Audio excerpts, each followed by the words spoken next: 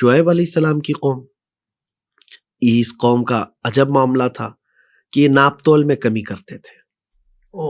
قرآن پاک میں اس کا بھی ذکر ہے، وَلَا تَنْقُصُوا الْمِكْيَالَ وَالْمِيزَانَ. اللہ نے فرمایا کہ ناپ تول میں کمی ہرگز مت کیا کرو. وَلَا تَبْخَسُوا النَّاسَ أَشْيَاءَهُمْ، چیزوں کو جو ہے گھٹا کر کے لوگوں کو رکھنا اللہ تبارک و تعالیٰ کی بارگاہ میں سخت نافرمانی ہے. آج کے دور میں بھی ایسا نہیں کہ صرف شعیب علیہ السلام کی قوم میں تھا.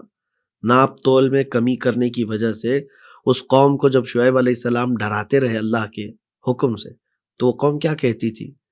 کیا ہوگا ہمارے ساتھ؟ آپ کا عذاب، آپ کا آنے والا عذاب بھی ہمارا کچھ نہیں کر سکتا تھا. ان کے ذہن میں بات یہ تھی کہ تاریخ میں 2-3 قسم کے عذاب آئے تھے، یعنی حضرت نوح علیہ السلام کے سیلاب کا عذاب، اور حضرت ہود علیہ السلام کے ہواؤں کا عذاب، اور پھر حضرت لوط علیہ السلام کی قوم جو بدکاری میں مبتلا تھی ان پر پتھروں کا عذاب. اللہ اکبر. نوکیلے پتھر برسائے گئے تھے جس سے ان کے بھیجے پھٹ گئے، نکل گئے، اور وہ ہلاک ہو گئی. پھر اس زمین کو اٹھا کر کے پلٹ دیا گیا تھا. تو یہ 3 عذابات ان کے ذہن میں تھے. تو وہ کیا کرتے تھے شعیب علیہ السلام کی قوم کے لوگ؟ پورے پہاڑ تراش کر کے ان میں گھر بنا چکے تھے.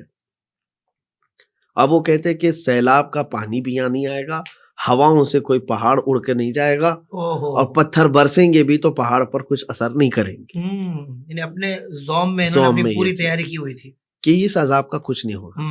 لیکن رب تبارک و تعالیٰ کے حکمت کے فیصلے وہاں تک کون پہنچ سکتا ہے؟ اب قرآن پاک میں ذکر ہے ان تینوں عذابات کے برخلاف ایک ایسا عذاب بھیجا، اللہ تعالیٰ نے ایک ہی فرشتے کو اتارا، جس میں روایات میں آیا حضرت جبرائیل علیہ السلام وہ آئے. اس قوم کے وہ بڑے بڑے گھر تھے، بستی میں آپ اترے اور آپ نے ایک چیخ ماری، آواز لگائی. فرشتے کی آواز تھی، جس کو چنگھاڑ کہیں یا چیخ، اور یہ آواز اتنی بڑھتی گئی کہ آواز بھی اپنے آپ میں بہت پاور رکھتی ہے. آپ کو پتہ ہے آج بھی جو ہے جو بم ہے یہ آواز کی وجہ سے ہی زیادہ ہلاکت لاتے ہیں، آواز کی وجہ سے. تو جبرائیل علیہ السلام کی آواز اتنی تیز ہو گئی کہ یہ جتنے اپنے پہاڑوں کے بنے ہوئے گھر تھے اس میں اپنے کانوں میں انگلیاں ڈالتے رہے، آواز سے بچ نہیں پائے، جس کے بعد ان کے کانوں سے بھیجا نکل گیا. اللہ. اور دوسری صبح دیکھا گیا تو سب کے سب اوندھے منہ گر کر کے مرے ہوئے تھے. اللہ کے عذاب اس کو کون ٹال سکتا ہے؟ جب رب تبارک و تعالیٰ کی پکڑ آ جائے تو پھر کوئی نہیں بچا سکتا.